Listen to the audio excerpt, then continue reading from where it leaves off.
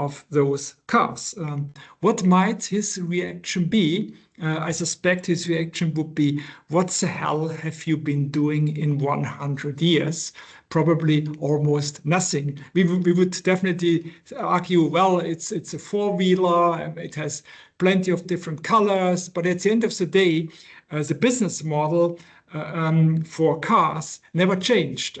Man purchases a car and man drives a car.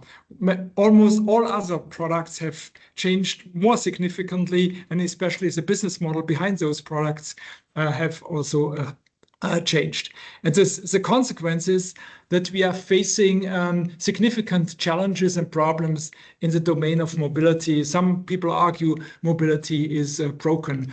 You probably know this figure here that the transportation sector is still a sector with rising CO2 emissions. It's still going up, and there's no clear signs that we can turn around this trend. And even if we look on data from OECD, and it's expected that the miles driven will increase significantly within the next years. Also, the amount of vehicles in our streets. So there's a significant trend towards more mobility, more cars on the roads, and even more miles driven. And that desperate need to turn this trend around.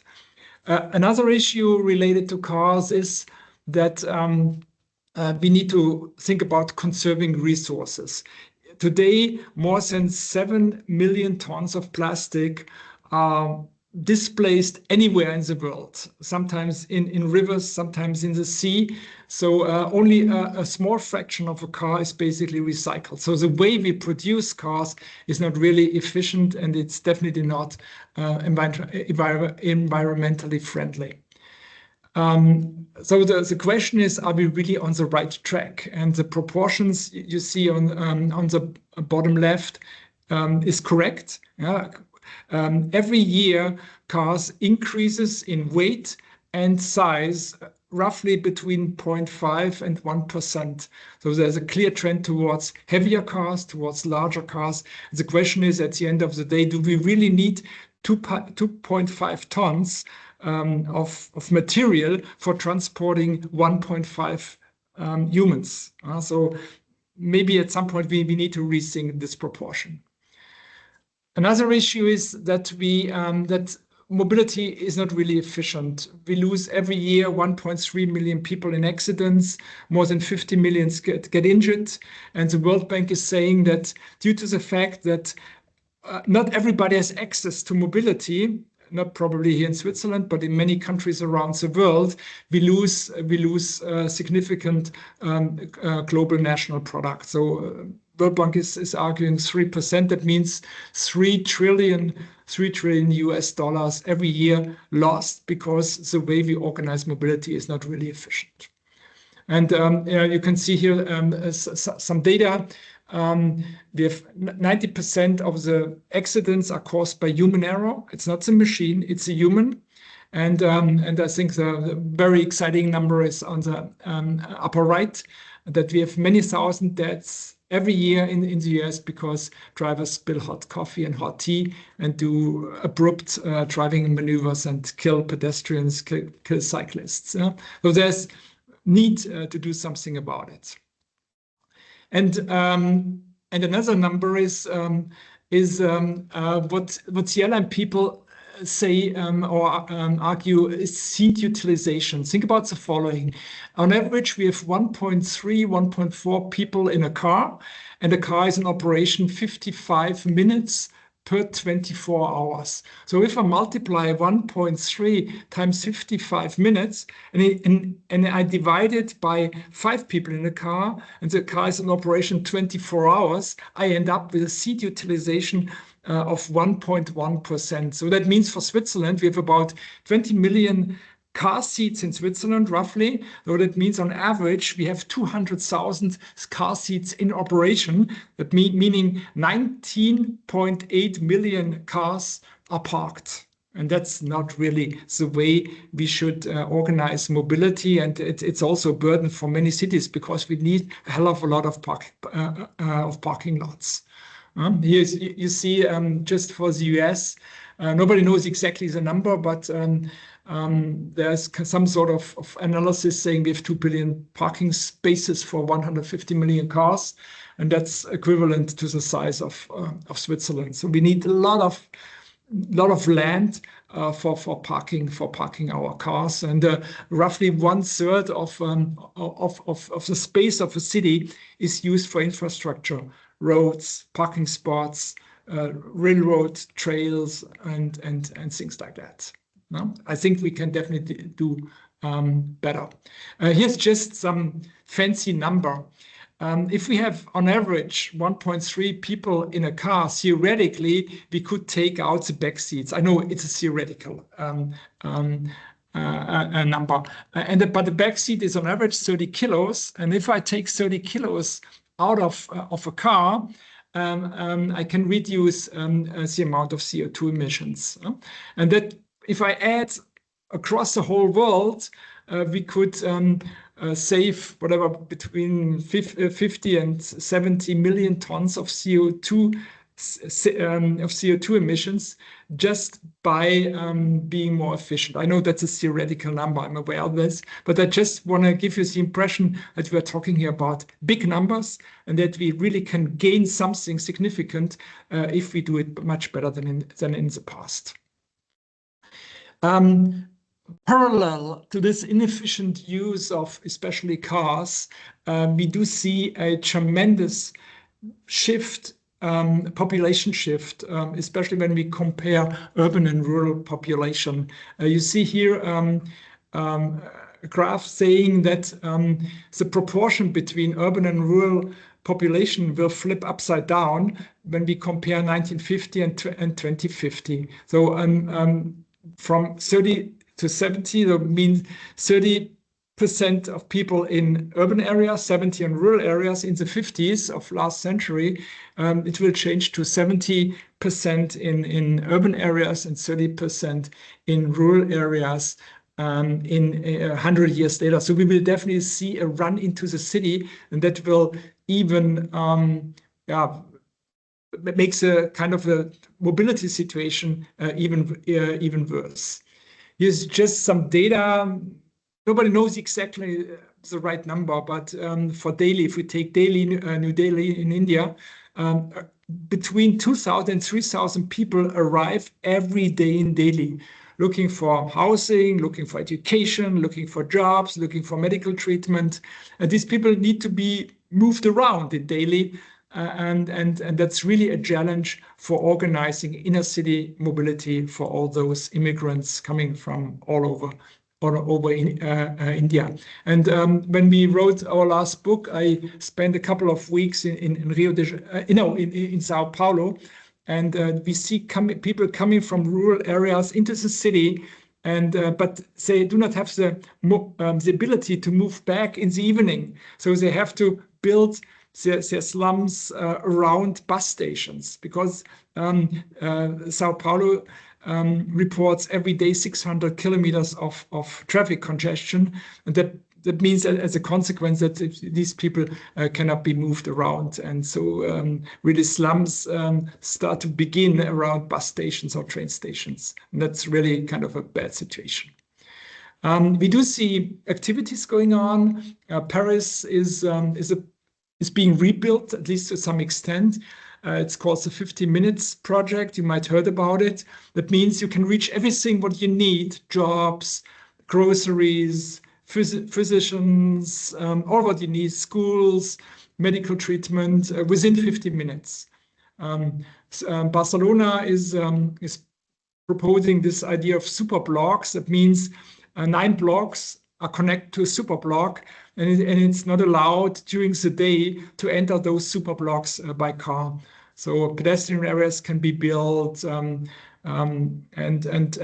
these land between those blocks can be used for other purposes. So there's some activities going on. London is very kind of aggressive, and it's not allowed anymore to plan for inner city buildings, to plan for parking spaces. This Spire is one of the latest or the newest skyscrapers in inner city inner city London, and it has only 9 parking spots. But these are basically charging stations for electric vehicles, and that's the idea, to just avoid parking spaces, and as a consequence, people cannot afford cars anymore because it's so costly to park them somewhere. No? That's a hard way, basically, of pushing back automotive mobility in inner cities. Oslo is probably the most ambitious project here in Europe. There's a tender coming out soon for 700 autonomous vehicles, which will be brought in action in the north east of Oslo, connecting rural areas with a public transport system. So it's kind of an area where not the richest people live, and these people should be provided with mobility. And the city of Oslo has decided to bring in 700 autonomous vehicles to make sure that the people can easily move back and forth and get access to better jobs in the city of Oslo. And we see more and more of those activities going on in Europe, but I would say the big projects take place in San Francisco, the Waymo project with 300, 400 autonomous vehicles in the streets, and also Shanghai, where Baidu and some others have brought a substantial amount of autonomous ride-hailing services into the streets. There's some difference. In Europe, you see those autonomous vehicles always in connection with public transport. So these autonomous vehicles basically take over last mile jobs, last mile delivery, basically. And in US and in China, it's basically ride hailing. So these autonomous vehicle replace traditional taxi services. So it's a kind of a different project concerning autonomous mobility. Here you have some typical project. That's the San Francisco project. You might heard about it. You see these ride-hailing vehicles coming from very different hardware providers, and it's run by Waymo. In the middle, you see a kind of a retirement area in Florida. It's a huge area. Many houses are there, and it's populated by retired people from all over the US. And mobility is provided by Transdev with autonomous shuttles. Shuttle carrying 10 people or so, and it's moving around within this limited area. And on the right-hand side, you see the Baidu and there's a Baidu project in Shanghai. And I experienced all of them. It's really impressive to experience autonomous driving in China. It's a huge area, and including highways with 3, 4, 5 lanes, but also very narrow streets. So it's really very mature on a very high level, this technology which is provided by Chinese suppliers. Just some ideas about technology. You might have heard about the accidents. Tesla is very often involved in accidents, and that has something to do with a sensor system. Tesla relies only on cameras, and you see from this sketch here how the world looks with 13 cameras compared to a situation when you also have a LiDAR and radar. So the kind of the gold standard is to have 2 different systems, a camera system and a LiDAR radar system, and both systems recommend driving maneuvers independently, and the driving system is programmed conservatively in a way that whenever one of the 2 systems argues, hey, I've seen something, the system will react. But Elon Musk, for cost purposes, only relies on camera. And camera is always difficult when you run against the sun and you have wide obstacles. That makes it very difficult for cameras to detect these hurdles or these obstacles. Let's do a test drive with Mobileye. Mobileye is also one of the provider. It's coming from Israel, and it's mainly the European provider for autonomous mobility. Just a quick test drive through the streets of Jerusalem.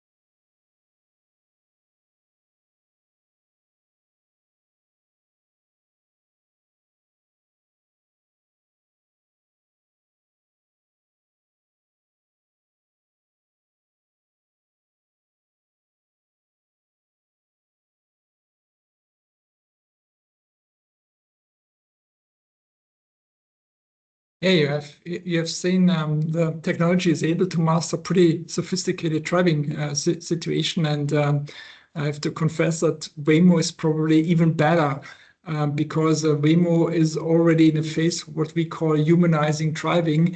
That means that the technology is able to interpret human behavior in detail, and that's kind of the gold standard when we talk about autonomous mobility. But there's a lot going on right now, and I suspect that we will see more and more of those really highly sophisticated autonomous driving out there. I just want to give you some rationale why in my view this technology will absolutely dominate, probably not today, but in a couple of years, human driving.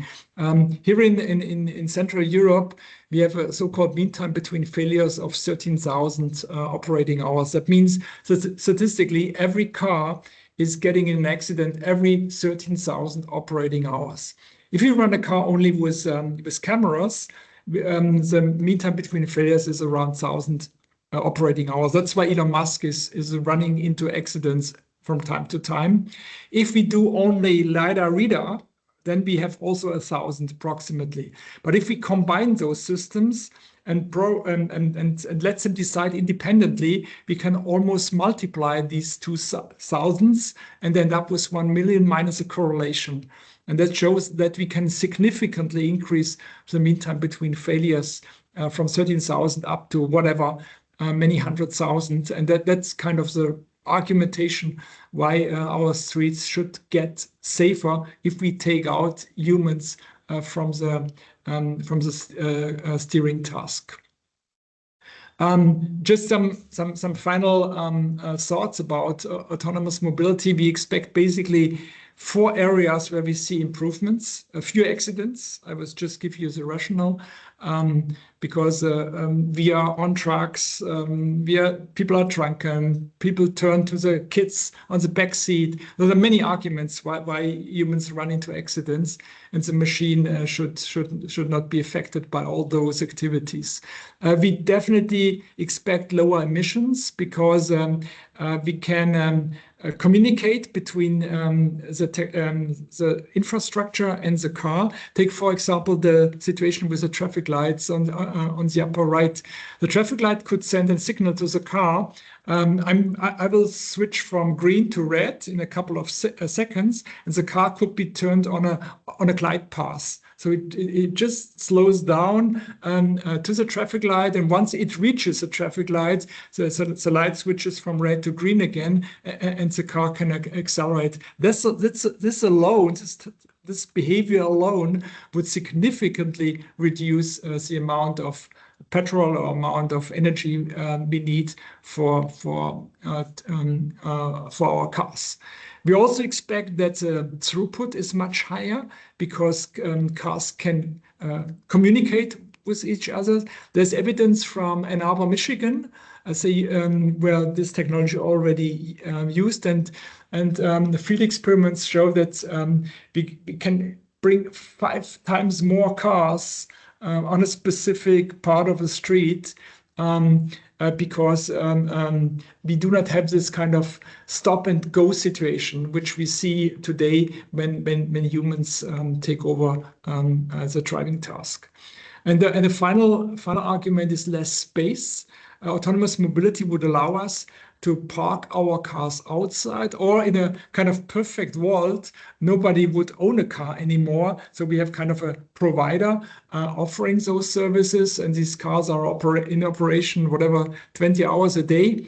And that would reduce the amount of parking space, but also the amount of streets. So we could definitely gain space back to humans. So I'm very optimistic that we can really improve mobility substantially, but as you can easily imagine, it will definitely take more time and more effort and heavy investments to change the way we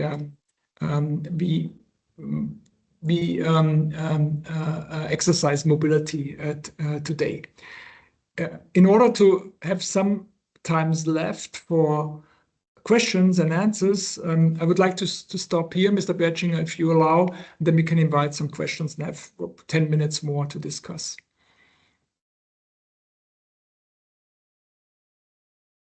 All right. Can you hear me, I guess? Yeah, I can hear you. Very good. So thank you very much, Professor Herrmann. So let me start. You guys can answer questions in the chat or the Q&A. Now, for me, there's a couple of things that come to my mind. On the one hand side, what about the infrastructure technology that you need? In order to do that, self-driving, you need 5G. I don't know what. To me, that seems to be one of the problems. If I look at my coverage of my mobile system at the Lake of Zurich, which is cellular grid, which is horrible. because nobody wants an antenna in his garden there. And so that is one thing. And the second one is a little bit this behavioral topic. You know, you also as a behavioral scientist as well, a little bit, you know, how do you see that? How are people going to give away, you know, the responsibility to drive, knowing all those numbers? However, you know, it's always the others. It's an interesting topic. Just I remember one thing when you ask the people, you know, do you think people should drive themselves or using self-driving vehicles because of the statistics? They all say, well, people shouldn't drive. But if you ask them, will you drive or trust the technology? And will you trust the technology? I mean, in case of an accident that will even kind of kill you over, that's also an interesting question, kill you over other people, will you give that away? Then nobody says that. So giving a little bit into this two sides, the behavioral side and the technological side, how do you see that hindering us to get to the self-driving future? To the first question, all major providers, Waymo, Mobileye, Baidu, have the clear understanding that intelligence need to go into the car, because when you have the software in a car, you can easily scale those intelligence in other cars. You cannot scale infrastructure, and that's why all these prototypes, all these pilots operate in real traffic situation without heavy investments in infrastructure, because that's extremely costly to change the infrastructure, and it's a kind of a long-term investment. So the answer is basically all intelligence should go into cars, not in infrastructure. If it is possible to connect, for example, traffic lights with a car, that's fine, but it's not necessary. And the argument is scalability. You can all what you do in one car, you can scale it into other cars, but you cannot scale investments in infrastructure. That's why the path is absolutely clear. All intelligence goes into cars and not in infrastructure. That's the first answer. Second answer is absolutely. It's very difficult to convince people to trust this technology, and it has something to do.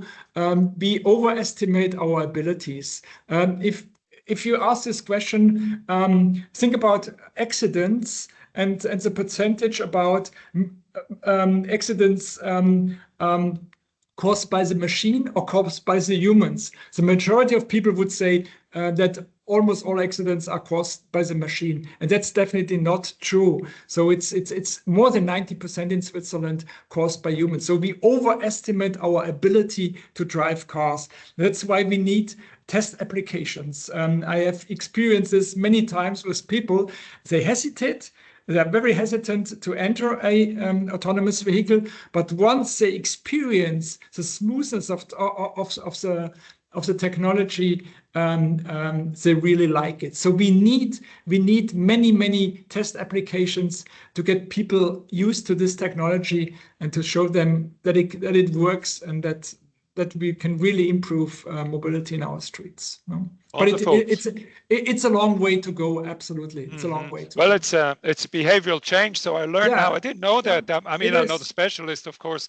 I didn't know that, of course. But now that you mention it, because cameras and radar, etc., are, you know, technologies can you build into a car, so you don't need the, you know, the grid. Okay, so I wasn't aware of that. So we have two questions here. One is, what are the autonomous car trials from Jakub in the European Union or Switzerland, when it will be permitted? When will it be permitted to general traffic after Oslo? So what trials do we have in the European Union or in Switzerland?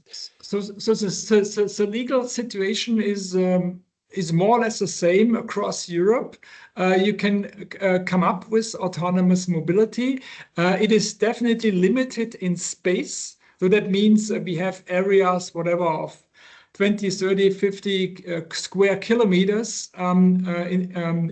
That's Oslo a model. But from a legal point of view, it's allowed to use L4 technology. That means no safety drivers, no pedals for all those shuttles. We have the legal framework basically to do so. Now it takes now action is required. That means we need providers purchasing those technologies and bring them into kind of in a public transport setting. That's where we are today. A bit in the same direction, that we have some projects in Europe, in Hamburg and Frankfurt, with autonomous buses. But what about taxis, autonomous taxis? What about the law? Are we prepared in Europe for autonomous cars? You mentioned that.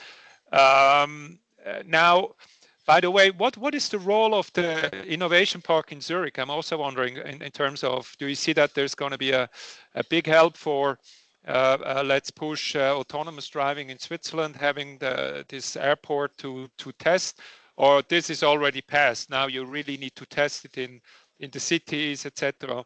On top of that, but first the question about autonomous taxis. Yeah, we have a difference between the European approach and the American approach. In US, San Francisco, you see autonomous taxis, if you will. That's kind of ride-hailing services offered by Waymo. Waymo is a competitor to the traditional taxi in San Francisco. Here in Europe, the first step into the world of autonomous mobility is having shuttles which are connected to public transport. So it's mainly last mile delivery, if you will. And that's not a direct competition to taxi. It's mainly an addition of public transport systems. So in the traditional world, you would have used buses, but buses are in many ways inefficient because they're too long and too heavy for only whatever 3 or 5 passengers. And instead of buses, you use autonomous vehicles in a limited space, and those autonomous vehicles are more efficient, and they can directly bring people to the houses, so they do not follow a predefined route. And that's what we will see in Europe. So you see the approach is a little bit different between the continents. And in terms of trucks, you could also say that for long hauls, thinking about, I don't know, Australia, 3 days straight. Canada, yeah. You see that there are many projects out there, and for trucks, as Mr. Bertschinger just mentioned, especially in Canada, United States, Australia. These are the places where you see autonomous trucks, because it's easy to bring them on highways. And once they leave the highway, a driver might come in. And there's also the advantage that you connect many trucks. Well, let's say that you build basically a kind of a truck chain, if you will, and connect 5, 6, 7 different trucks electronically, and guides them along a specific highway. So we will definitely see many of those projects within the next 5 years. Now, in terms of another hinder, insurance, how is it with insurance? Is this something that they basically, I mean, there could be a financial model that are saying, hey, since self-driving cars have less accidents, the insurance coverage will be cheaper. Yes, absolutely. Today, in almost all countries, it is the case that car insurance is connected to the driver. But when the driver is out, who takes over basically responsibility? And there are basically 2 natural candidates. The provider, So that means in Hamburg, it's Moja. Moja is a provider, or also the car manufacturer. It depends a little bit if the car manufacturer is only providing hardware, or if the manufacturer is also bringing in as a software. But I would suspect at the end of the day, it's probably the provider taking over responsibility. But if my data is correct, that 90% of the accidents are related to humans, the amount of accidents will significantly go down, and then this can be easily, the risk so-called, can basically priced in. So, but such a way of mobility would definitely change car insurance significantly. Yeah. Now, going into another direction, I abuse you a little bit for certain questions, but how do you see the future of mobility in terms of the car make, electro versus hydrogen versus whatever ecological fuels? Do you have an opinion on that? Yes. First of all, autonomous mobility is independent on combustion engine or electric engine. But if a machine runs a car, the reach can be significantly extended. So the discussion about, oh, my electric vehicle only goes 200 kilometers can be easily solved by using autonomous mobility. It goes all of a sudden 300 or 400 kilometers because it runs much smoother than a human driver can do. So I would see autonomous mobility in combination with electric vehicle that definitely can reduce the heaviness of the debate about the reach. Okay, maybe last question from my side. We had this vote on expanding or improving our freeways in Switzerland, and it was voted against. That people didn't want to invest this money. I was driving to Bern today to a conference, and the people had to sit, which the train from Zurich to Bern is the worst, right? Now, I think it's very naive to say that public transport can take over individual transport. How do you see this? Yeah. I remember this referendum. It was close, to be honest. This was very close. But I think we need to do both. We need to expand infrastructure if necessary, but we also should use more technology. Look, for example, here in Switzerland, we could easily equip all parking spaces with sensors telling the driver, hey, I'm free or I'm occupied. That would reduce the amount of traffic circulating in inner city looking for parking spaces significantly. So my recommendation would be, let's show the public that we use more and more technology, that we do not need so heavy investment into infrastructure in the future. But if it is necessary, if we have bottlenecks, I'm totally with you that we need to expand. But I think we should do these things hand in hand and show that people that we have technology to really reduce the amount of heavy infrastructure investments. Okay, super.